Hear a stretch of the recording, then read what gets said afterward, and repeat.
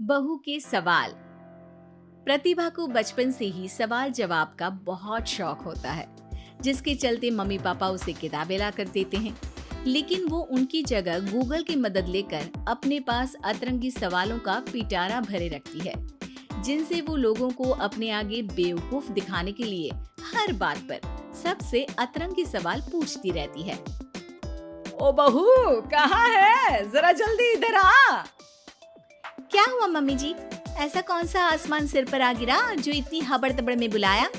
और आसमान का तो पता नहीं, पर इसकी छत जरूर गिरेगी। कितनी बार बोला है कि इसे रिपेयर करा लो। मम्मी जी, ऐसी क्या चीज है जो आपसे कभी सवाल तो नहीं पूछती, पर फिर भी आपको हमेशा उसका जवाब देना पड़ता है? हे भगवान, यहाँ घर गिरने को आया और इसे केबीसी खेलना है। अरे तू अपने सवालों का टोकरा अपने पास ही रख, मेरा बेटा करा देगा।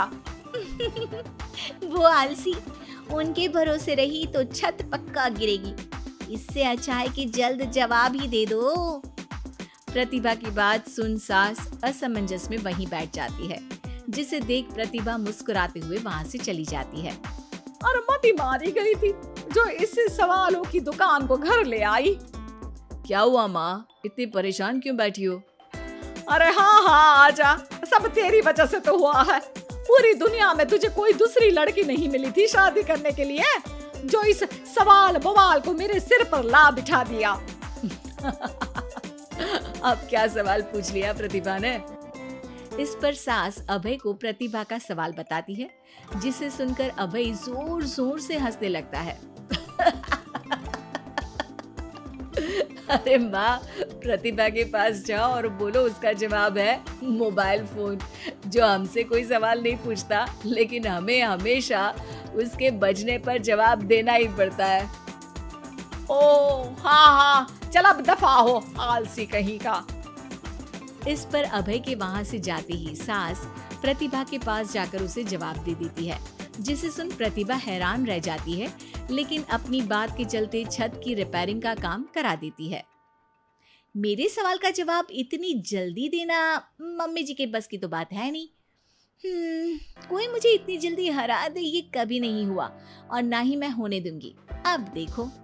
इसके बाद तो जैसे बात प्रतिभा के अभिमान की हो जाती है, जिसमें वो सास से बदला लेने का मौका ढूंढने में जुट जाती है।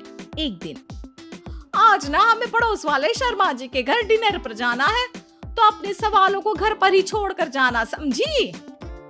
सास की बात का कोई जवाब दिए बिना प्रतिभा वहाँ से चली जाती है, और रात को शर्मा जी के घर पहुँचते ही उनके बच्चे के साथ खेल खेलने के बहाने अपने सवालों की गाड़ी शुरू कर देती है।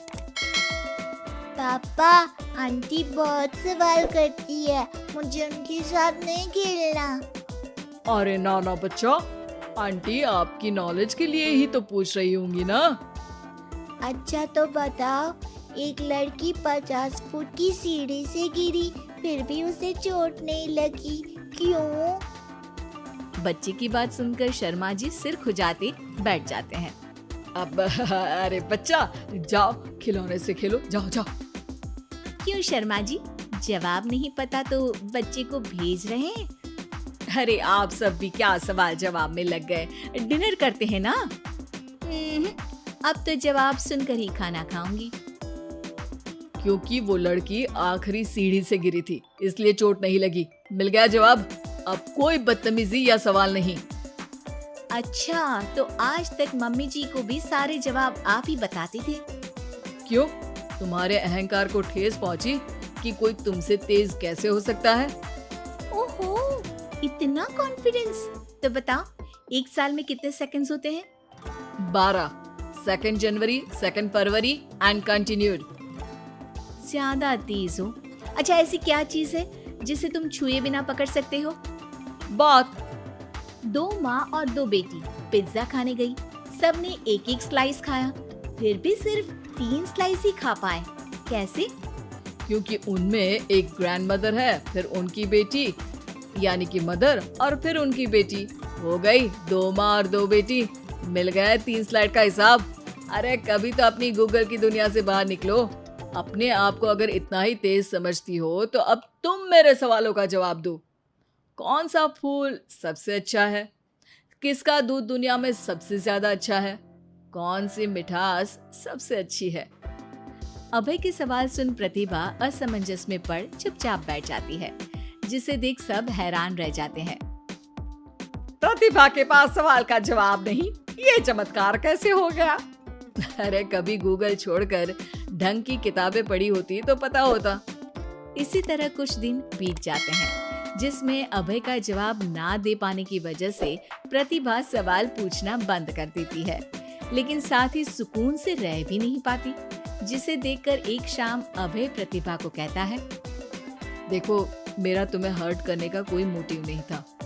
बस समझाना था कि अगर तुम्हारे पास कोई टैलेंट है तो उससे लोगों को नीचा दिखाने की जगह उन्हें सीखने में या मदद करने में इस्तेमाल करो। ज्ञान नहीं, जवाब दो। सबसे अच्छा फूल कॉटन का है, क्योंकि उससे हमें कपड़े पहनने को मिलते हैं।